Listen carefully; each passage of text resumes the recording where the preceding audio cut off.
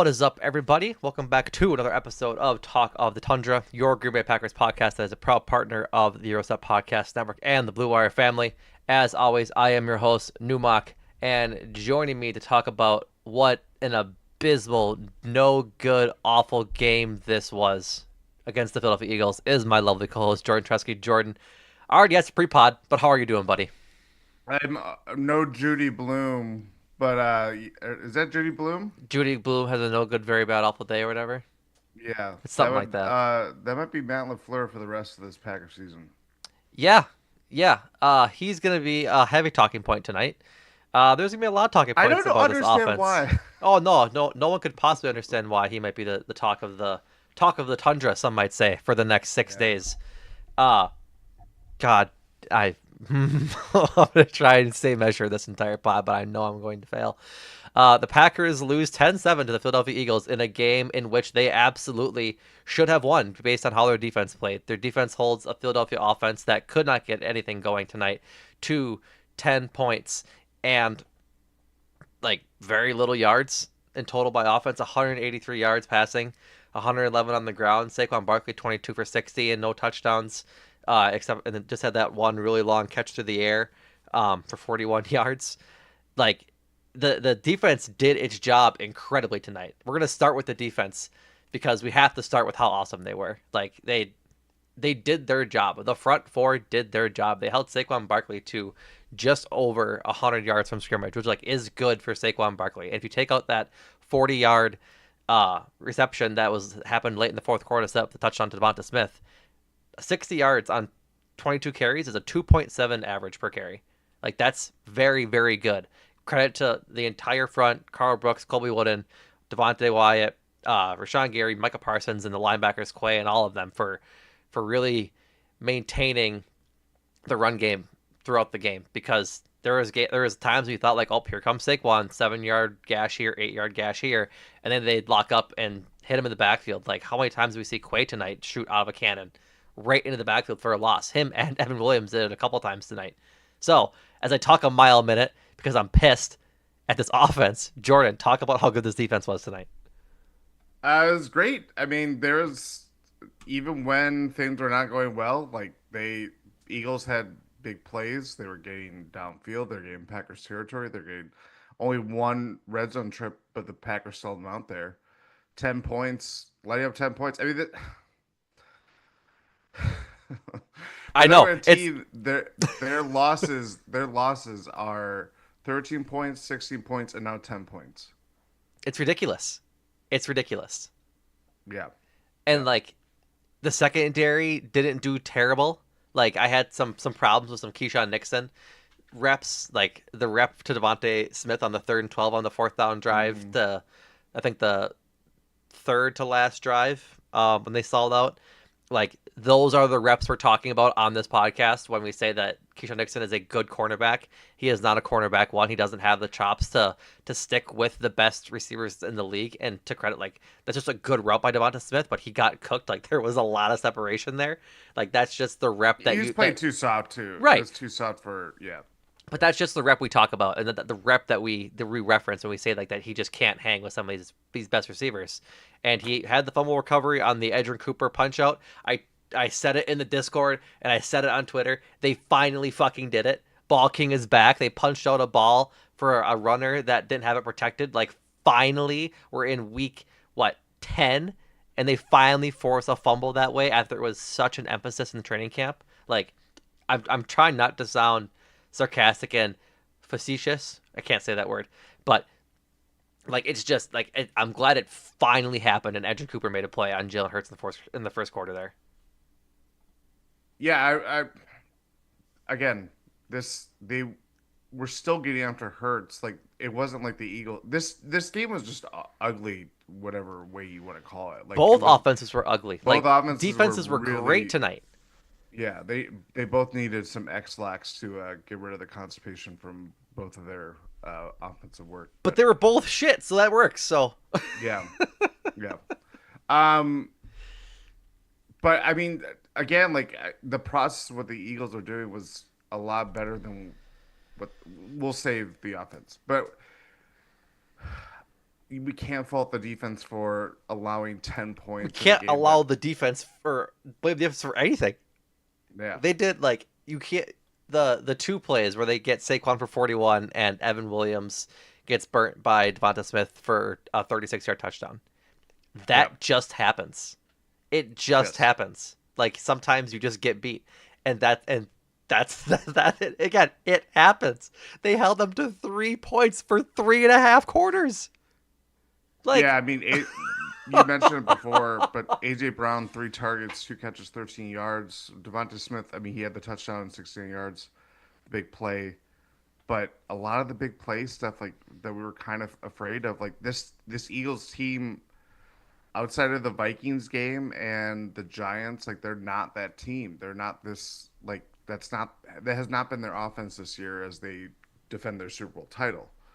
So yeah, this defense was making plays. They were making gritting out extra efforts. I mean, who knows what the hell what they were thinking with that fourth down that opened the door for Brandon McManus to shank a kick so badly that it looked like he, kicked his peg leg. But yeah, it was just that I don't really have anything smart to say about the defense other than oh, then it's they're really good. good. Yeah, like we have they have a bend and break attitude at times, but by and large, what this is 9 games in the season, 10. right? They're 5-4-1. Oh no, Right, or no, week yeah, week 10. They're five thirty five, one. nine. Yep, week 10, nine games. The defense hasn't been perfect, but it's pitching like a B plus, A minus, I'd give it an A level minus. grade. Yeah, Like it's ridiculous. Like how well they're playing.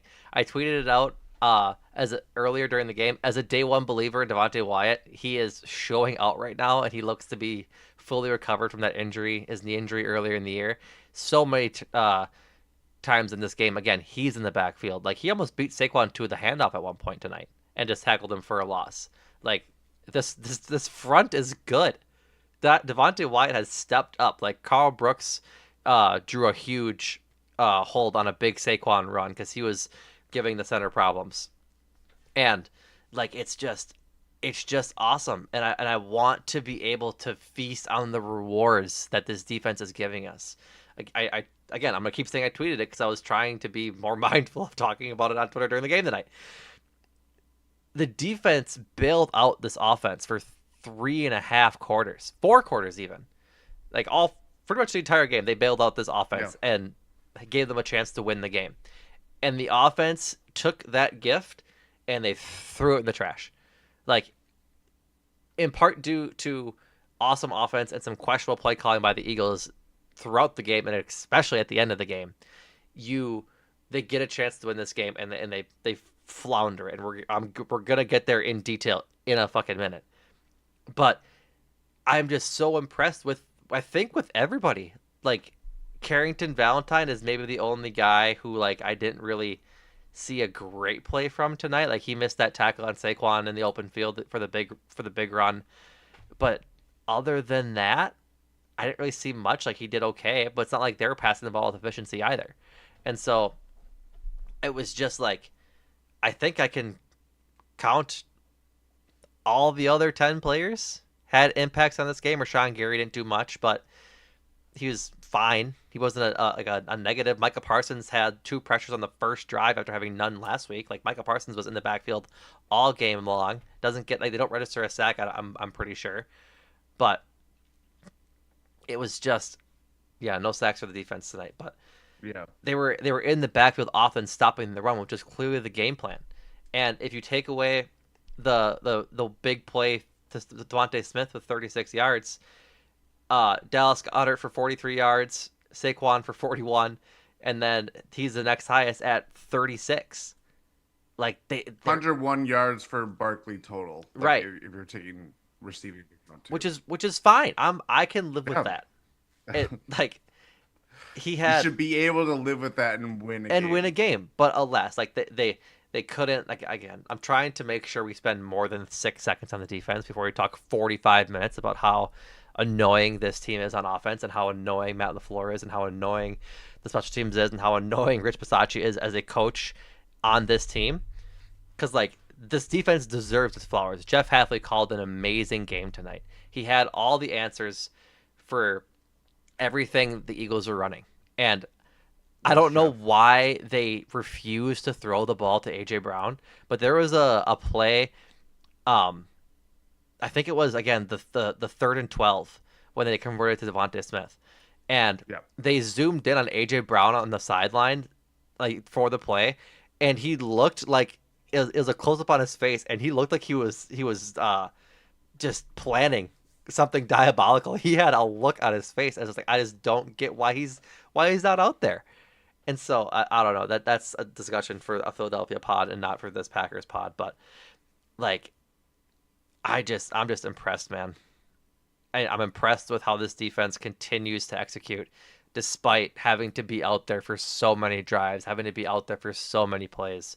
Like it's just flat out impressive how they maintain their level of play and consistency week to week and game to game, quarter to quarter. Yeah. Do you want to talk offense now? Because this is stupid. I'm so I'm so I, I'm mad. I'm starting to understand why the Packers are so against the tush push because boy, did they get spanked and they gave up 10 points. Were you not responding to my defensive questions because you had that spanked line queued up for the No, no, no, last no, 10 no. minutes? I truly I don't know what to say of the defense. I will say one thing that I said in the Discord. Evan Williams in coverage versus Evan Williams blitzing are two different things, and one is a lot better than the other. Because Sure. Like I don't want that's the one thing. That is the only it's the only yeah. gripe that it can I just be don't like need sour Evan grapes Williams about. backpedaling in coverage. Let him be safety. No, no, no, That no. like but But yeah. let's we have this is what we have to do. We Yeah, have to this find is a what way we to do have to this. do because let's start with Matt LaFleur. What on earth is the fucking play calling? They started the game and to their smallest credit, it half worked. Running the ball like 7 straight times. And it was going and it was going and it was going. And if I'm not mistaken, I'm pretty sure it was another freaking penalty that stunted that drive. In the first drive, no, they fumbled it. But all, yeah, that was Yeah. no, Yeah, no, it no, did no, no, stall. no, no, Okay, no, no, no, okay. no, no. The first You're drive was the arm punt to Christian Watson, who yes. doesn't play receiver and instead plays cornerback. And if he plays receiver, he catches the damn ball. Like, And it got rocked by the sack that Love took. right, like, yeah, Rasheed Walker got cooked for a 14-yard sack, which means they had to throw deep. And if Christian Watson, again, doesn't panic and goes up and gets the ball, he catches it for a huge gain, at least. Like, it hit him in the head. Oh, my God. I'm just seeing this from um, Sheil Kapadia from The Ringer. Also a very embedded with the Eagles for a very long time, knows them very well. Based on the offensive success rate, that was the Eagles' worst regular season performance of the Sirianni Hurts era. A sixth percentile offensive performance. The only game that was worse was the playoff loss to the Buccaneers after the 2023 season, which they got rocked. I think it was like 40-9. So further provide context of what we're talking about today. It's it's just it's just ridiculous. Like, I'm trying to here. Let's pull up the box score in the play by play here, because that'll give us an accurate uh context of what they did. All right, Josh Jacobs first play of the game, 5 yard run, a 6 yard pass in the flat to Josh Jacobs, like essentially a run play because they passed it. I'm pretty sure behind the line of scrimmage. 3 yard run, 4 yard run, 2 yard run. So that's 1, 2, 3, 4, 5, 6. 7 straight runs with a 1 yard run at the middle, and then a sack, the bad sack, and then the deep incompletion. Like, sure, it was working, but the biggest gripe I have, you know what? I want to see now. I'm gonna bounce around this entire offensive discussion.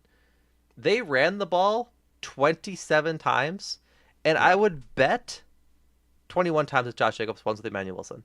I would bet that prior to the fourth quarter, they had thrown the ball less than 20 times. I think you'd be correct. Jordan Love goes 20 of 36 for 176 yards and takes 3 sacks. Like, there was just no offensive urgency. all night long. I said it in the first quarter in our Discord. The only time that they did was the drive When they before needed halftime. to. What we said last week. It drives me insane. I said it in the Discord at the end of the first quarter. I said over under 5.5 drives for the Packers this game because they had each team had one possession in the first quarter. Yeah. One. Yeah, I mean, this game was flying by, and then uh, through the first half, and then I mean, the Bucks game finished up before this game ended, Yeah, which and they is started insane. after. At the same time, yeah, they started after. So yeah, I mean, you're hitting the nail on the head of. I really liked how we were talking about what is this offense going to look like post Tucker Craft, and I didn't know. I think if you couple that with how the conditions were, it was a really chilly night. You're playing outdoors. I really thought they were going to lean in, run heavy game. And once the Eagles were starting to bleed the clock in the first and going into the second quarter, it was just like a switch was flipped into let's go nuclear. And there was just no rhythm. There was no ingenuity or anything original. This offense, I don't know where the ideas are. And let's not let's not beat around the bush. Their offensive line is beat up. Yeah, Elton Jenkins Elton leads the Jenkins game is with going to be out for at least a month, a couple of games. I mean, especially when you had the Giants, Vikings, and a Thanksgiving game in the next what 5 weeks. No, 3 weeks. short. Yeah, I was gonna say it's shorter. But the Eagles, I mean, they roughed them up. They did exactly what they did to the Packers in the wild card game last year. Literally the same game plan. EJ gets hurt Yes. 1-1. Yeah. Like, And with that, oh, this is what it was. There was a stat a couple weeks ago. Jordan Love is the best statistically he's the best quarterback when not pressured, and is the worst quarterback when he is pressured. And so when you design a game in which that's happening more often than when he's not pressured, what do you think his decisions are going to be looking like? He was clearly bothered. He didn't have any pocket poise at at all. at all tonight. Like, and the times that he finally felt like there weren't people barreling down on just trying to rip apart his limbs, he didn't connect to any wide receivers. Which, I mean, we're Not Romeo another part of Dobbs out. this. Romeo Dobbs left the game. Matthew Golden was inactive, so their only healthy wide receivers were Dontavian Wicks returning, Christian Watson in his third game since coming back, Bo Belton, who's not a cornerback. He's not a cornerback. Don't He even only get me plays started. on offense. Don't even I get me know, started on Bull Melton. but they keep talking about he's the Green Bay Travis Hunter. It's just he doesn't play on defense. It's all a ploy. It's a gimmick. And then Savion Williams, who is, I mean, outside of a few reps, I'm not sure has caught a pass past the line of scrimmage. Savion Williams. Yeah. It's bad. And to your point, about Jordan Love just being rattled in the pocket all night, when it mattered the most, and the last drive of the game, or the second to last drive of the game for them, they're backed up. Excuse me, and he goes to throw on first down to Bo Melton, and he loads his pass, and he stops when he's fully back, because his arm is fully cocked back here, and he stopped here to double pump to throw to Bo Melton. He was so uncomfortable in the pocket tonight, and yes, the line has to be better. Everybody's line has to be better in the NFL. That is just the nature of O lines, and frankly, that pocket was clean. He had time. I think he just was that uncomfortable and he wasn't able to get into a rhythm again until when it mattered. When they, this is where I'm gonna get really pissed at LaFleur. When they decided that they need to throw the damn ball because the game's coming to an end, and if they don't score any fucking points, they're gonna lose. They were throwing the ball all over the place, and maybe that's just the nature of the Eagles playing soft defense and not wanting to give up a big play. That doesn't matter. In the grand scheme of things, it doesn't matter because you showed the fans, you showed your team, you showed everybody at Lambeau Field that you are capable of throwing the ball. And independent of that thought, some of the route concepts were awful tonight. Like you had Josh Jacobs and Malik Heath running into each other. It on again, I think the second to last drive before like the Josh Jacobs fumble drive. Like why are they each running in like at that depth into each other? Like that's just not Yeah. a good route concept. And it was oh my word, like the remember when I think it was the San Francisco game. This is maybe super niche, and I doubt you're going to remember this.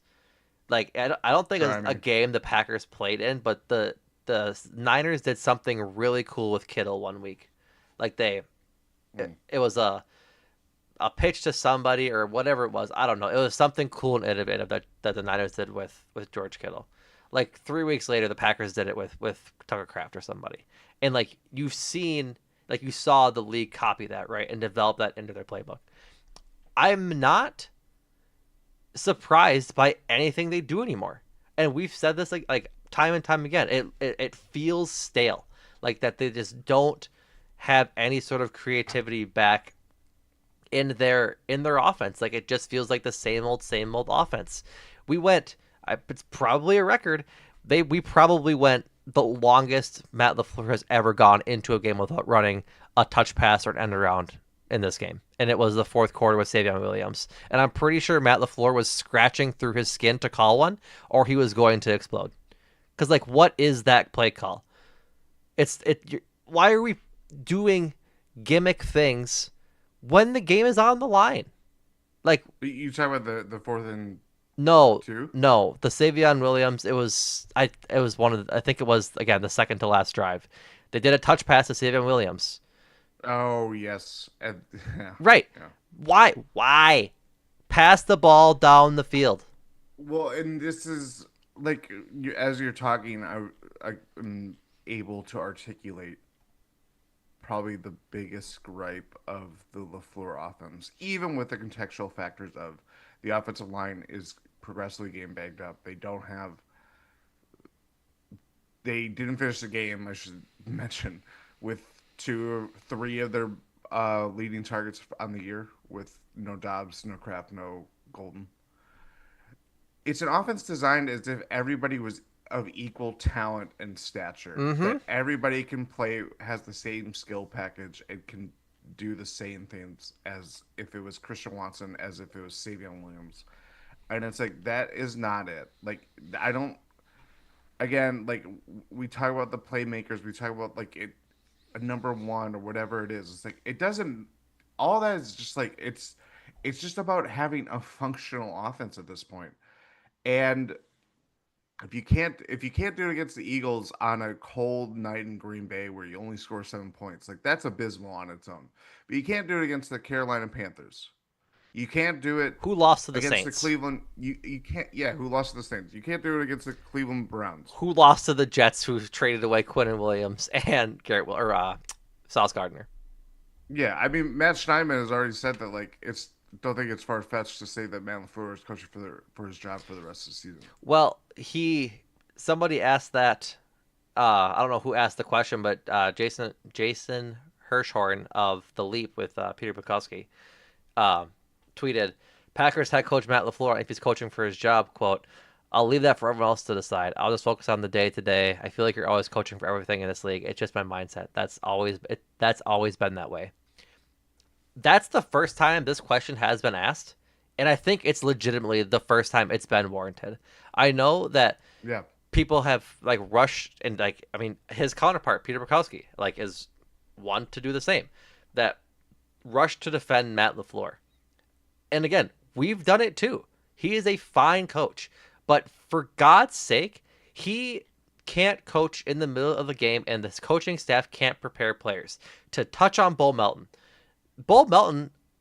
in no small like way, cost his team the game tonight.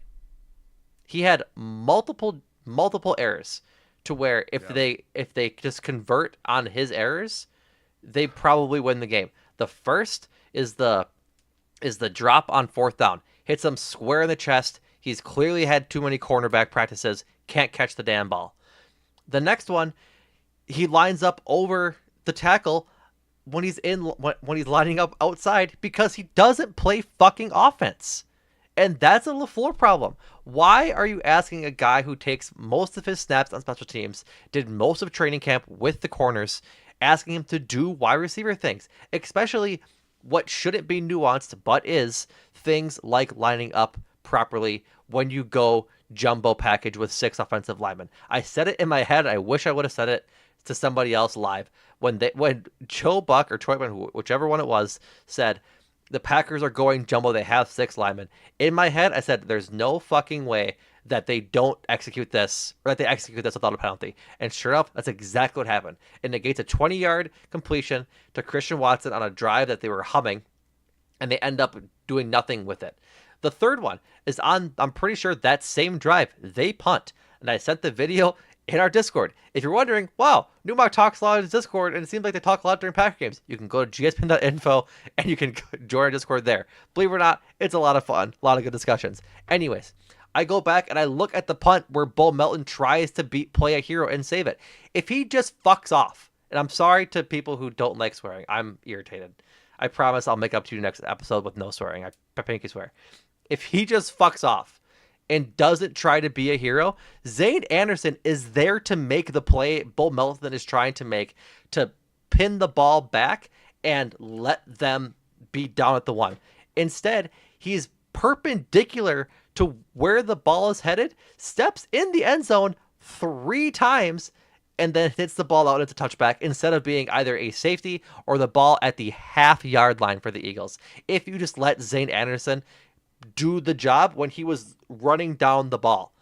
Like, he made so many 3 crucial errors tonight that cost the Packers points. And again, it's not all him, but those are 3 very high profile incidents that cost the Packers points, and they just live in my brain because, again, this is bouncing back to LaFleur.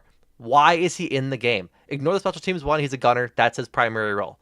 Why is he in the game? You have other receivers prior to Romeo Doubs getting hurt out there playing. Like, why don't you run Savion Williams to do the things that Bo Melton does? Like, you drafted a receiver for him. He took reps in training camp. Like, I know that they don't have any, and that Jaden Reed is hurt, and that Tucker Kraft is injured, and Wicks is coming back, and such.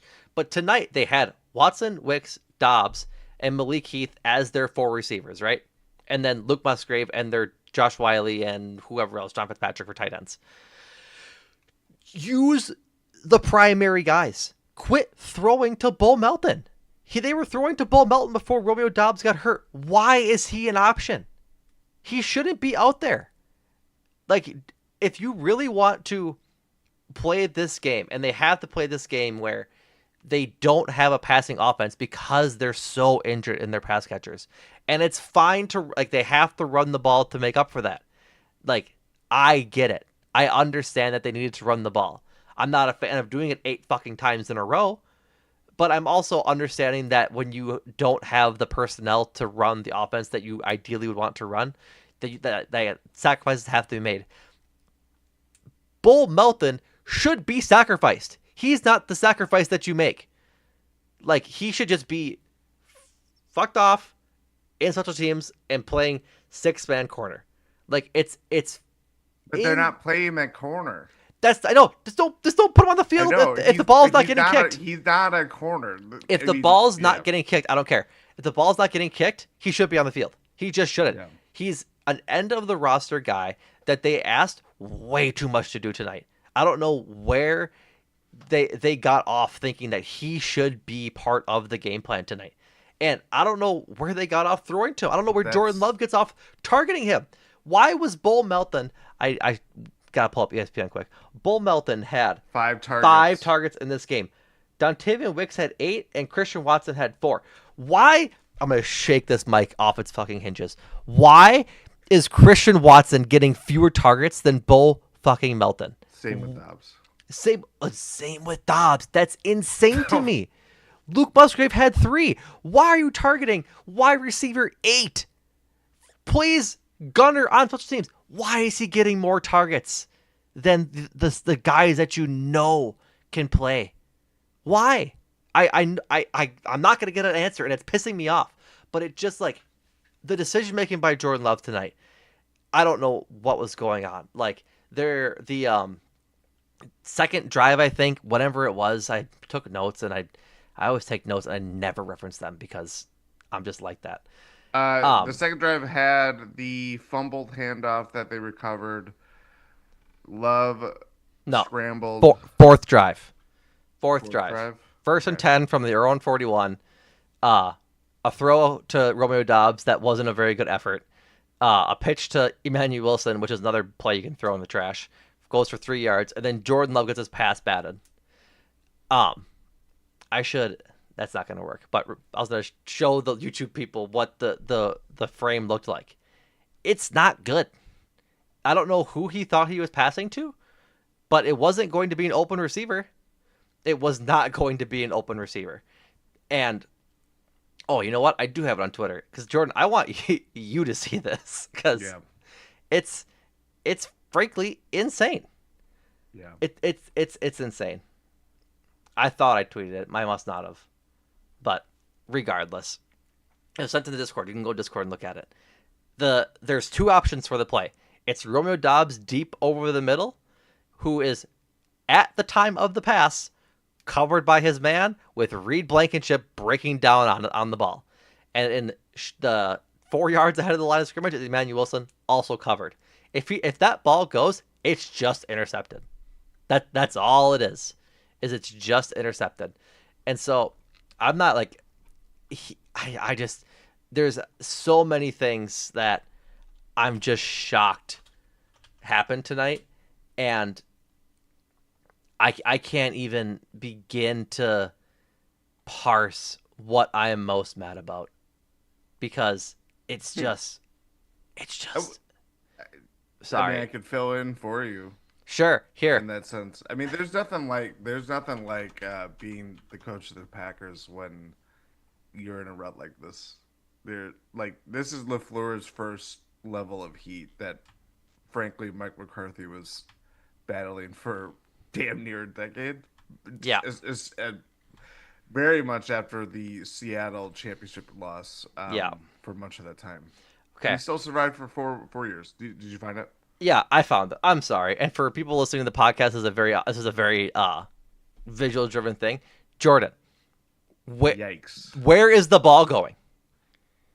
It is It's going towards the right. it's going towards Reed Blankenship, who's Yeah. in the middle, ready to pick off this ball. Romeo Dobbs by the G is fully covered.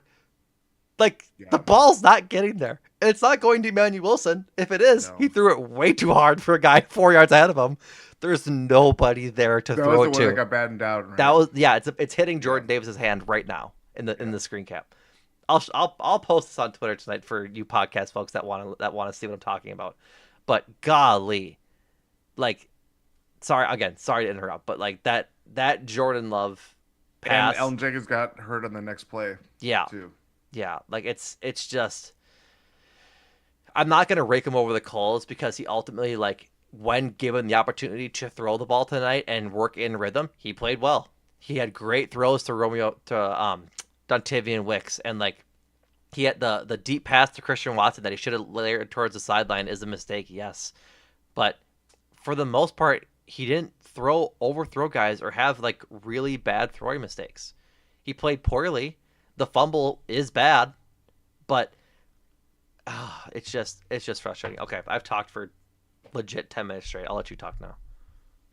No, I just think this is what I said before. I think it is the best way to sum up the Packers offense. It's like this is a team that is really run into the ground their core values, tenets, how they play. Like there was a clip of Eagles players on the Jacobs 4th and 2 boneheaded play call that they were calling the inside zone. They knew it. They I knew it from forgot the about moment it that. happened. There Yeah. was so much other shit that was bad. Yeah, I exactly. I forgot about that. How many drives did they end up having? Like probably 10, 11. They had 1, 2, 3, 4, 5, 6, 7, 8, 9, 10. 10 drives. I mean, you could find even on the one that they scored a touchdown on, like you could find something that would infuriate you. Probably. I don't think like again, we know the status of trying to rally around. Like again, this is not a good game to have to find their post Tucker Craft uh, identity, vision, whatever it is. But it's the cards that you were dealt, and they handle this so poorly. And a lot of the problems, like it is not just a Matt LaFleur problem; it's an execution problem. It's a Jordan Love problem. Josh Jacobs, I thought the run game looked as good as it did, even with a lot of 2 yard runs, 3 yard runs. Like they still had a lot of stuff that set them up for third and shorts, and they still struggled to get stuff done that way. Like they didn't convert a first down until the third quarter, It's insane. and they That's still insane. led. Came into this game as the leading team in that department. Like I think it really does feel like if you don't reinvent yourself on the fly, like one, like we know what's going to happen with Fleur. Like the expectations are so high that you can't come short of missing the playoffs, of not winning a playoff game, maybe making a run to the conference championship to secure your job for next year. We all know the talk under Ed Policy and what he mentioned as he was taking over for Mark Murphy of like he doesn't believe in lame duck years. So essentially, this is what it is, and it does say a lot that it looks like this even when you are missing very talented players that you hope or would leap, like a Jaden Reed. Tucker Kraft was certainly on his way. Um, but yeah, it's just it is everything's just a mess. Like it is the organization. There's no organization. There's no rhythm. Like this team from drive to drive, from play to play, like it feels like all of the mistakes that they were making in Love's first year are coming back to bite them, and then you marry them with what has been ailing them this year of just like they don't they don't have enough offensive like pass protection for Love to feel comfortable in the pocket and to make good clean throws and go through his progressions. Like this is how you become stagnant if you don't reinvent yourself or add some new dimensions to it that frankly I think they should be capable of doing.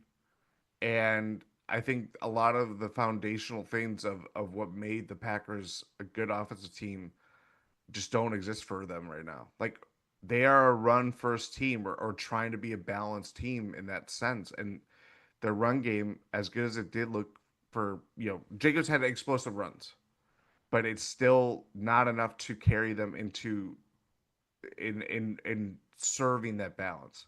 And then you have Jordan Love like seeing ghosts. Like he's not comfortable under pressure. No quarterback is. But he still doesn't know how to react. He still is making like him getting sacked on that play and then he coughs up the fumble. It's like you just have to eliminate like just Just take take the it. sack. Take the sack. Like Take the there sack. Like his whole thing as a quarterback is like, oh, he doesn't take sacks, right?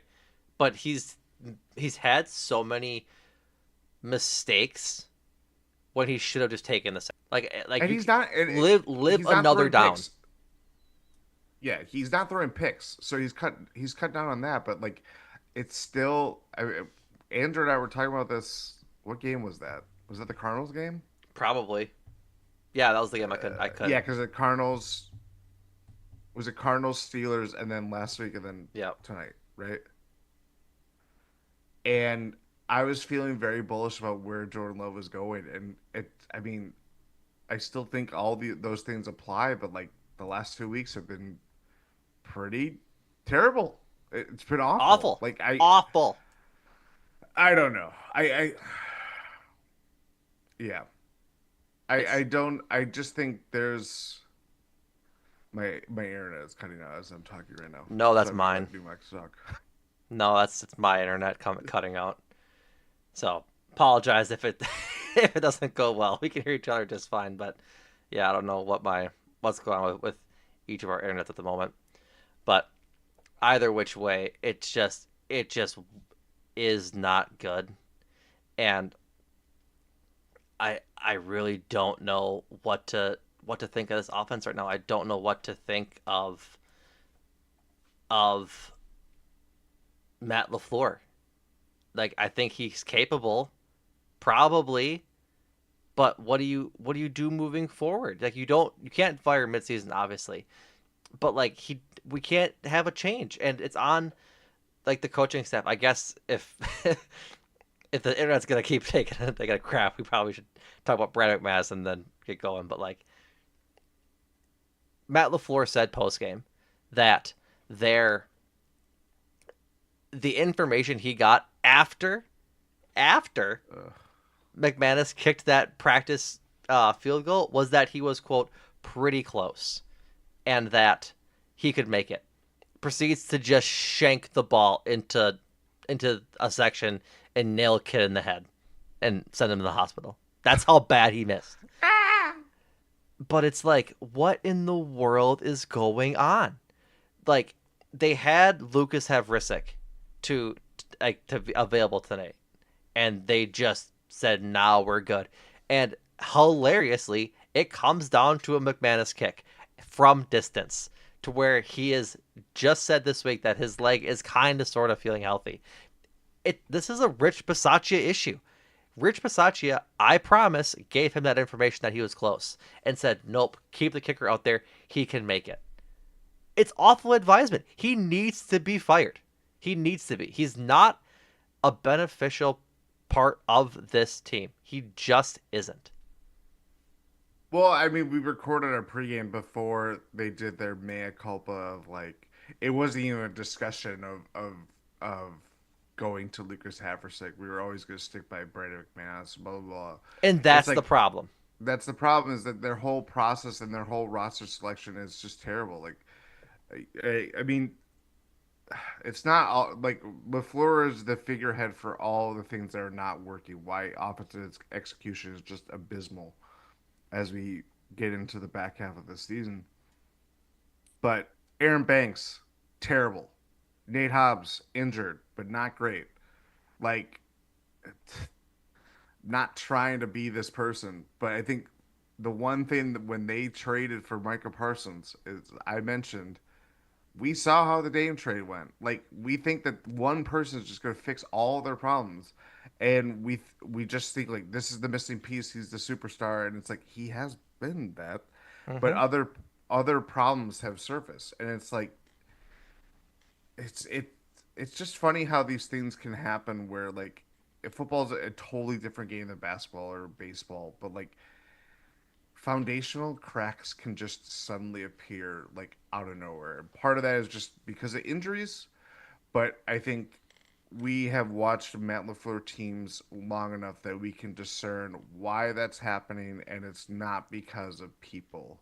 It's because of the way that they play, and it's if the opposing defensive linemen are calling it out, or someone with the green dot on Philadelphia is calling out what play you're What going to be play you're playing going to at the run? most like I'm not even counting that last drive with Brandon McManus almost, you know, whatever he was doing, performance art. It's just it really is just like you have to evolve or die. That is where Matt LaFleur is at essentially. And he's on life support because it's not pretty. It's not like the it'd be one thing if they were losing games just playing their best, right? Like it'd be one thing if it even was fun to watch. This game wasn't fun to watch. No, it was a It was chore. It was a miserable. chore. Miserable. And like I don't want it to be miserable because I like watching the Packers. I like watching football, but golly, was it not fun. It, And I will say, like again, for all of not to relitigate Mike McCarthy era, but like when things looked bleak and the when it felt like he was like hanging on for whatever he was getting towards. Like the offense still had more promising moments than what it has looked like for the Packers this season. Like not to bring up the stat again, but like losing games where you allowed 10, 13, and 16 points just should not happen No, unless if you're the Browns. Yeah, I mean, like the fact that I mean, I don't know about you, but I'm pretty sure that you probably feel the same way. Is that if had the feeling of the Eagles scoring first, or it coming down to the first team to score a touchdown wins, right? that's a sorry state. That is a sorry state Awful, of affairs. awful. Yeah, Like there was 0-0 at halftime. yeah, It just and you're in the most competitive division in the NFL. they are You've now only played one division game so far. they are now So third the in the division, exactly they're third in the behind division. the fucking Bears. Yeah, your tiebreaker, and your tie doesn't even help you anymore if you continue the way that Yeah, you are on. Like they're sliding, they're reeling. Do I think that they could stem the tide a little bit? Probably. Like I do think they have the Giants coming up in 6 days, and they won't have Jackson Dart, and they just fired their coach. And but I'm still like I'm not optimistic, nothing not is a even a little bit. certainty. Nothing is a certainty with this team. They have not earned the benefit of the doubt of being favored, of winning football games, of like they've put this on themselves to stoop so low after what Nothing, felt like I don't nothing know. has been a certainty in the Matt LaFleur era since Jordan Love took over. We are set up, Jordan, in a lesser extent, to relive your personal nightmare. We are What going was to the that? Meadowlands to face a backup quarterback for a fledgling Giants team. Like, you're lucky Tommy DeVito doesn't have a job because this would be the game he'd be suiting up for. Give them a couple days. Anything's on the table. We've seen Russell Wilson play. Right. But like I'm not confident that they can go into New York and win this game. Why should I be? They lost at home to the Panthers, who lost to the Saints. They lost on the road to the Browns. Like they're not a good executing football team. They just aren't. No, Like they no. have the pieces. The blueprint is there. They can't fucking read the map. Like they just can't. And I don't know if it's execution Who's or holding the map is the problem it's too. upside down. And LaFleur is saying, and he's reading the blueprint. It says, "Run a play behind the line of scrimmage." On fourth and And two Stenovich is in your own territory. and off doing fuck knows what. But that's it's I I don't know. Like this is the No, problem. I don't even want to have like I'm not excuses saying for. I know I'm not saying you're going to defend him, but like I want an offensive coordinator that knows anything about play calling. Put Stenovich back to coaching the fucking line, and get an offensive play caller to collaborate with Matt LaFleur because he's currently driving the bus by himself. well that's Luke Getzey. Get him out of there too. It's stale. It's not good. Yeah, it's stale is the most accurate word to describe the Packers. Like the process of it football. Like this is a game that it's not basketball. It's certainly not baseball. Like things vary week to week. If you're good enough, it'll bear out in numbers in advanced analytics. It'll bear out in the standings. But the fact that they have such a wide variance of all this stuff, like of between game to game, to drive, to play, of like why Jordan Love's EPA looks really good when everything's rolling, but when it's not, like this is a team that just they can't roll with the punches. If they get punched, they don't they The punch air. the offense doesn't punch. Like No, they can't. this is The it. defense rises up to the occasion. Like Yeah, they can punch back. They show up when they need to. The offense and like it's been said to his credit so many times to like there's a benefit to being so even keeled like Jordan Love is. I'm getting nihilistic and I'm getting cynical. I'm thinking there isn't.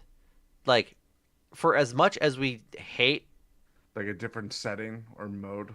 Right. He You know what doesn't I mean? have the extra gear. For as much as we talk about Rodgers and what he is now in his career, like him yelling at receivers because they didn't execute, probably wanted them to execute more and like actually do their job and get better. If the right guy or the wrong guys weren't doing it, that's on them, right? And we'd get frustrated that he found a guy, but at least knew the guy was going to do his job. When something happens on offense that's negative, you Jordan Love could have been told that there was a BLT for lunch today. That's how he reacts to anything that happens on the field. And again, I'm not trying to be hypercritical of Jordan Love. He's a decent quarterback when he gets the opportunity to play quarterback. But very rarely do you see him emote anything other than his hands in the air on a possible like roughing the quarterback, like it got pushed down later, or DPI. He never gets like he never advocates for a call that we see on broadcast, or just shows any emotion except for like awesome TD plays, and that's fine that he's so even keeled. But I do think that he just at times when it doesn't matter per se, when it's not clutch time, doesn't have that gear that he like needs to have to go throughout a game, right? Does that make sense? I agree. I will push back. I think you're 80% there. I mean, we do see fiery moments like if he converts a first down after scrambling or like you mentioned touchdown passes.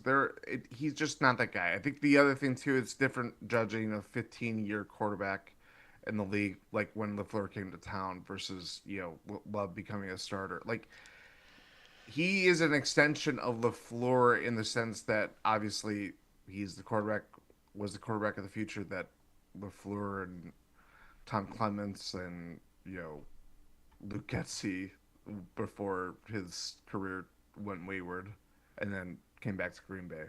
But he's an extension of LaFleur in that how the LaFleur offense has or evolved prior to this season um, came into its own and like it's just hard to we know how it was when Aaron Rodgers played under Mike McCarthy and then making that transition to Matt LaFleur. We don't know that with Jordan Love. The most that he's had transition wise honestly is this year Yeah. because Tom Clements left and then you rely on Sean Mannion and Luke Getzey comes back in the fold and Adam Stenavich. Like the brain trust is largely there, 75% there from the last few seasons. So like we just don't have that history compared to where Rodgers was at that point. But like that's where it is really frustrating. Where for me as like I do believe he's a good quarterback. When I hear podcasts talk about him, of like it was kind of transitioning from is Jordan Love among this quarterback class of like below like the Allens, Stafford, Hurts, Mahomes, Lamar of like, can he win a playoff game this year? I was like, well, he already did it. Like he already did it. It's hanging in the balance of like if he's good enough in his own individual talents over reaching the system that LaFleur wants to play. And at this point, like the system failure is like corrupting everybody involved. Like that's the problem. Like Josh Jacobs did a lot of things to overcome Jordan Love's injury last year, and the offense was still like we remember how the offense looked like in that Philly wildcard game. You watch this game, and it's 10 months later. There's really no discernible difference. They're getting beat at the line of scrimmage repeatedly. Josh Jacobs did a lot of things to um, make something happen, have explosive runs, get down the field, like flip it, like just some level of burst there. But Jordan Love was getting all it took was a lot of four-man rushes for him to feel a little uncomfortable in tight windows and tight spaces that he's just kind of like the sprinkler, just like throwing balls, spraying balls all over the field. Like Yep. Three of 12 for 21 yards and sacked 3 times in pressure tonight. and that's a third of his overall attempts of the night. I think he was 20 of Yep. They 36. Pressured on 17 as 42 dropbacks. I mean, we don't have the numbers of what he was like when he was. I'm sure they'll probably have it in the morning or something. But yeah, it's just, you know, it's not great. It's not great. Like I just, it really is. And you know what's even funny is that uh, I'm. This is like going from like two to three. I thought the offensive line played somewhat decent I thought they were fine. after Elton Jenkins got hurt. Yeah. A I lot of wasn't it, like they I didn't wasn't have excited it. about Sean Ryan going in at center, but he did just fine. There wasn't any botched snaps, and I don't Yeah, think there was any critical blocking errors. yeah. But even so, like they still were getting pushed around. I mean, just nothing about it is good. Like I said, everybody's getting corrupted by just the whole system failure of the offense. That like 7 points on a Monday night football game, like there's no excuses. Everybody watched that piece of crap game. Yep. That was just ugly. Just Supposed ugly. supposed to be the game of the year, and it wasn't. No, no, it's not. If anything, it was the shame of the year. Yeah. And here I was. I thought the government was shut down. You're terrible. Just terrible. All right. Anything else? Or I feel marginally better yelling. I feel better than I did last I week. could tell. I could tell. I'm just You defeated feel better than last week? after recording, yeah. Yeah. Or when was that? What was the game where I sat with it for a while? Yeah, it was last week after because I went to It Trader was Joe's last week. and I found those delectable little maple ice creams. Remember when I had maple ice cream sandwiches, Jordan, and I had something to be happy about? Instead, I have this Montucky cold snack, not sponsored, but it's good beer, good Are beer. we missing anything else? I don't think so. The offense needs to run through Christian Watson is the only other thing I was going to talk about. He's good. Why they don't feature him more is beyond me. But what do I know as a fan? 4 targets, 2 catches for 45 yards. Gets open. I'm glad Dontavian Wicks. We didn't talk about Wicks much. I'm glad Dontavian Wicks, coming out of his calf injury, is getting targets again, like He by looked great. out of necessity. Looked great. Had a really bad drop at the end of the game. Spoke his praises, and he drops one that hits him in the hands that would have put him in field goal range, and not from 65. But I'm happy he's playing well. Daniel Whalen had as many punts tonight as he did in the Cleveland game, which gives you an indication of how How this game went. backed up this offense is. Yep. So, But yeah, that's about it. all right, folks, we'll be back. Actually, let's have. Are you ready to end this up? Are you ready? Are you ready? Yeah. Rob Domofsky is reporting already. According to sources, X-rays showed Elton Jenkins suffered a fracture. The Packers announced it as an ankle injury, but it's possible that it could be lower leg. A fracture might actually be better than torn ligaments for Jenkins to possibly return this season. Great. Lovely. Yeah. Well, with that great news, folks, we will be back in your podcast feeds later this week to preview the Giants game, which should be a wonderful thing to do. Thank you all for listening and hanging out on YouTube. We appreciate you. Go hit that subscribe button if you haven't already. For all things Eurostep, go to gspn.info. And Jordan, I guess, thank you. Thank you.